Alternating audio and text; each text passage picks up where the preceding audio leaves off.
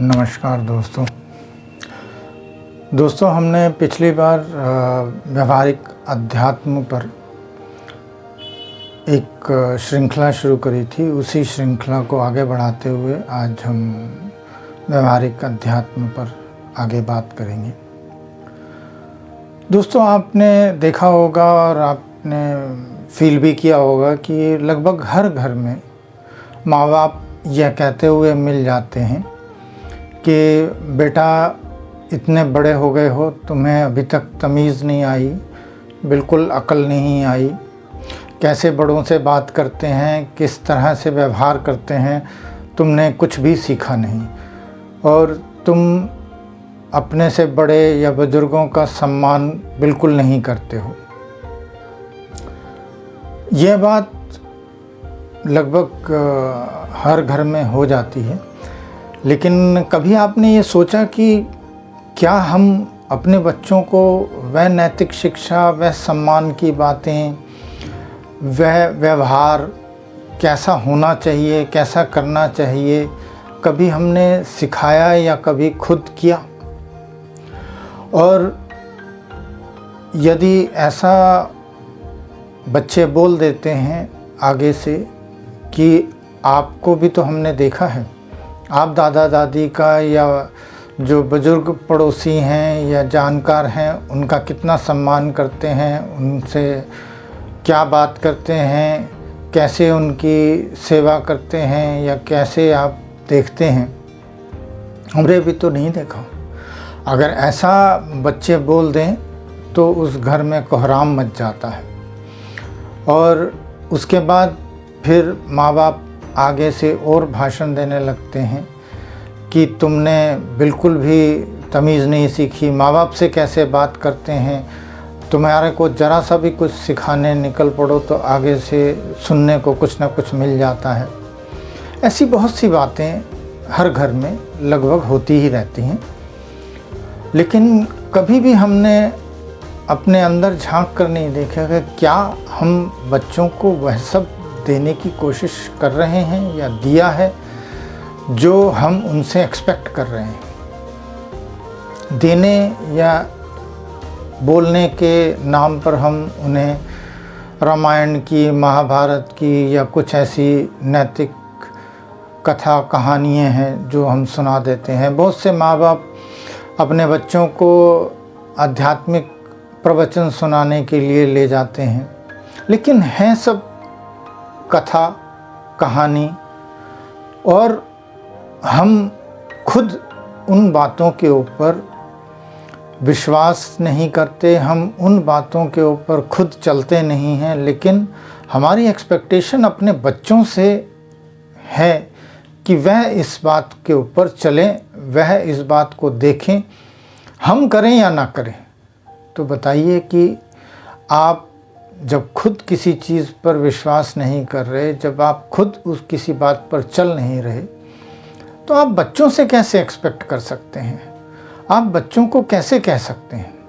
अब दोस्तों ये प्रश्न उठता है कि आखिर हम अमल क्यों नहीं करते? क्योंकि हम मानते हैं कि अध्यात्म हमारे बस की बात नहीं है। आप सब ने कभी ना कभी ज़रूर ये कहा या सुना होगा कि ना बाबा ना, हमारे बस की अध्यात्म पर चलना नहीं है। हम पैसा कमाएं, रसूख बनाएं, अच्छा घर गाड़ी लें, बच्चों को पढ़ाएं लिखाएं, पारिवारिक जिम्मेदारियां निभाएं। अब इन सब को करते हुए हमारे को अध्यात्म पर सोचने की या अध्यात्म पर चलने की फुर्सत ही कहाँ है? और अगर हम चलने भी लगें तो हमारे एक चलने से क्या होता है? बाकी और कौन चल रहा है? तो फिर अध्यात्म के प्रवचन सुनने के लिए हजारों की भीड़ जो जमा होती है, वो लोग कौन हैं? कौन है वो लोग जो सिर्फ सुनने के लिए जाते हैं लेकिन वह उसके ऊपर चलने की कोशिश भर नहीं करते? जब सुनने के लिए जाते हैं तो भी देखते हैं कि वहाँ भीड़ है, वहाँ लोग हैं, तो हमें भी जाना चाहिए। और जब चलने की बात आती है तो भी वह उसी भीड़ को देखते हैं कि इतनी भीड़ जब उस चीज़ पर चल नहीं रही तो हम क्यों चलें। तो कुल मिलाकर हम सिर्फ दूसरे को देख रहे हैं, सिर्फ दूसरे की तरफ उंगली उठा रहे हैं, अपनी तरफ अपने को नहीं देख रहे। दोस्तों, मेरा ये सब बताने का आपको तात्पर्य सिर्फ इतना है कि अध्यात्म का हमें गलत मतलब बताया गया। अध्यात्म को हम उस तरीके से नहीं समझ पाए जिस तरीके से अध्यात्म था। हमें पूजा पाठ और मूर्ति पूजा के लिए कहा गया, लेकिन ये जिसने भी मूर्ति बनाई होगी उसने बहुत सोचा समझा होगा, और उसने जो भी सोचा समझा वो बिल्कुल ठीक था। उसने यही सोचा कि अगर मूर्ति होगी तो आप ईश्वर का ध्यान आसानी से लगा पाएंगे, आप उससे संपर्क मूर्ति के थ्रू कर पाएंगे। जबकि हमने सिर्फ अब आज मूर्ति को ही देखना शुरू कर दिया, हम उससे संपर्क नहीं साध रहे। हम मंदिर में जाते हैं तो मंदिर की मूर्ति की भव्यता को, उसकी सुंदरता को देखते हैं, उसकी तारीफ़ करते हैं। अब आप ही बताइए कि हम ईश्वर की तारीफ़ करेंगे? हमारी क्या औकात है कि हम ईश्वर की तारीफ़ करें? हम उसकी तारीफ़ कर रहे हैं जिसने हमें बनाया, हम उसकी भव्यता की बात कर रहे हैं जिसने हमें बनाया। तो क्या हम ऐसा कर सकते हैं? क्या हमें ऐसा करना चाहिए? लेकिन हम कर रहे हैं। हम उसी मंदिर में जाते हैं जहाँ पर की मूर्ति बहुत अच्छी होती है, साफ़ सफाई होती है। ठीक है, साफ़ सफाई होनी चाहिए, मूर्ति भी अच्छी होनी चाहिए, लेकिन आपको उस अच्छी और सुंदर मूर्ति का बखान करने की बजाय उससे संपर्क साधना है, उसे देखते हुए ध्यान में खो जाना है, उसको देखते हुए मन में बसा लेना है कि आपको अगली बार उस मंदिर में उस मूर्ति को देखने की ज़रूरत ही ना पड़े, कि जब भी आप आंख बंद करें तो वह मूर्ति आपके सामने आ जाए। लेकिन ऐसा होता नहीं।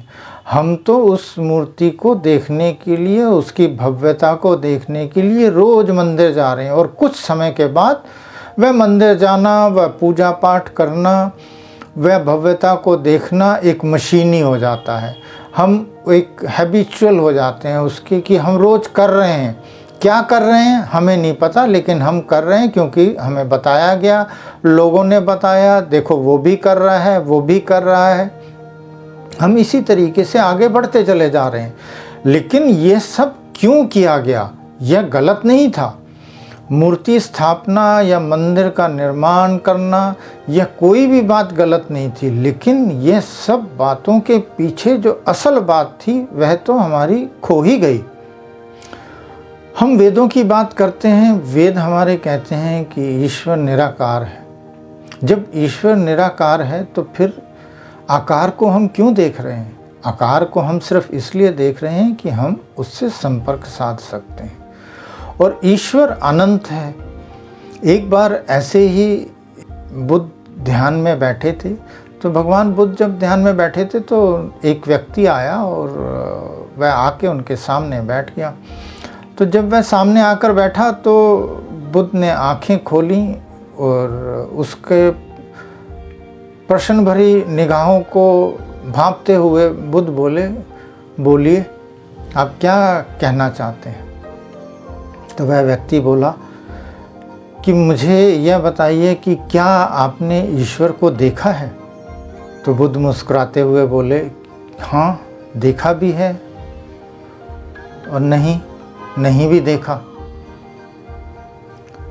तो वह व्यक्ति कुछ देर बुद्ध को देखता रहा और उसके बाद वह उठा और शांत भाव से चला गया। उसके जाने के बाद भगवान बुद्ध के शिष्य ने पूछा कि भगवान आपने ये कैसा उत्तर दिया कि आपने ईश्वर को देखा भी है और ईश्वर को देखा भी नहीं है? तो यह क्या मतलब हुआ? या तो देखा है या नहीं देखा। तो भगवान बुद्ध मुस्कुराते हुए बोले कि ईश्वर अनंत है, वह हर रूप में, हर समय एक अलग रूप में दिखता है। तो मैं कैसे कह दूं कि मैंने ईश्वर के सब रूप देखे हैं? वह रोज़ एक नए रूप में दिखते हैं, वह अनंत हैं, उनका मैं दूसरा छोर अभी पा ही नहीं सका। उनके प्रेम का दूसरा छोर मैं जब पा ही नहीं सका तो मैं कैसे कह दूं कि मैंने ईश्वर को देखा है? और मैं कैसे ना कहूँ कि मैंने ईश्वर को नहीं देखा, क्योंकि मैंने देखा भी है। तो यही बात आज भी उसी तरह सत्य है जिस तरह उस समय भी थी, कि ईश्वर और प्रेम का कोई दूसरा छोर नहीं, और हम हर दूसरे छोर की तरफ भाग रहे हैं कि हमने ये देख लिया, इसका ये दूसरा छोर भी देख लिया, बस हम उससे संतुष्ट हो जाते हैं, जबकि यह संतुष्ट होना ना होने के बराबर ही है। अब आपने एक बात, जब मैंने भगवान बुद्ध के बारे में कही, तो आपने एक बात पर ध्यान दिया है या नहीं दिया कि भगवान बुद्ध ने ऐसा क्यों कहा होगा। भगवान बुद्ध ने ऐसा इसलिए कहा होगा क्योंकि वह जानते थे कि दूसरा छोर नहीं है, क्योंकि वह जानते थे कि अगर वह दूसरा छोर नहीं है कि बात अपने शिष्य को बताएंगे तो शिष्य यह बात मानेगा नहीं। और यह बात आज का विज्ञान भी कहता है कि हमारा ब्रह्मांड इतना बड़ा है कि वह अभी तक दूसरा छोर देख ही नहीं पाए। तो जब विज्ञान दूसरा छोर नहीं देख पाया, तो आप ईश्वर को कैसे कह सकते हैं कि आपने ईश्वर को देख लिया, आपने ईश्वर का दूसरा छोर देख लिया। मीरा प्रेम में दीवानी थी। वह प्रेम में दीवानी क्यों थी? क्योंकि उसने प्रेम का दूसरा छोर ही नहीं देखा। वह दीवानी होती चली गई। आप तब तक दीवाने होते चले जाते हैं जब तक आप दूसरा छोर नहीं पा लेते, क्योंकि जैसे ही आपको दूसरा छोर मिलेगा आपका दीवानापन खत्म हो जाएगा। और ईश्वर इसीलिए अनंत है कि वह नहीं चाहता कि आपको उसका दूसरा छोर मिले। बहुत से लोग ऐसा प्रश्न करते हैं कि ईश्वर को जब हमने देखा ही नहीं, हम जानते ही नहीं, तो हम कैसे मान लें। दोस्तों, जब आज आप किसी भी तस्वीर को देखते हैं, किसी भी काम को देखते हैं, किसी भी वस्तु को देखते हैं, तो आपके मन में यही प्रश्न उठता है कि किसने बनाया इसे, कौन है इसको बनाने वाला। तो आप खुद ही बताइए कि इतनी बड़ी सृष्टि है, इसका निर्माण करता कोई तो है, तभी तो निर्माण हुआ, वरना ऐसे कैसे निर्माण हो सकता था। जब आपकी धरती पे एक छोटी सी वस्तु का कोई निर्माण करता है, कोई बनाने वाला है, तो इस सृष्टि को, पूरे ब्रह्मांड को बनाने वाला भी तो कोई होगा, उसकी देख रेख करने वाला भी तो कोई होगा। तो ईश्वर तो है। यही बात इस बात को साबित भी करती है। हमने पिछले जो एपिसोड था उसमें भी आपको बताया था कि गॉड पार्टिकल जब वैज्ञानिकों ने खोजा, तो उसके बाद उन्होंने यह भी खोज करते हुए पाया कि इस गॉड पार्टिकल के बनाने वाले भी कोई है, कोई ऐसा एक और भी पार्टिकल है जिससे ये सब कुछ बनता है।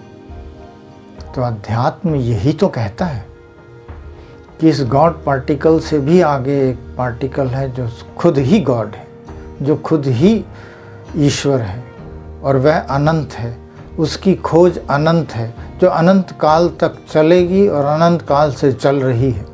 जिस जगह अध्यात्म की खोज हुई, जिस जगह ईश्वर की खोज हुई और उसकी प्राप्ति हुई, उसी जगह, उसी स्थान पर आज हम लोग बैठे हैं और हम भटक रहे हैं।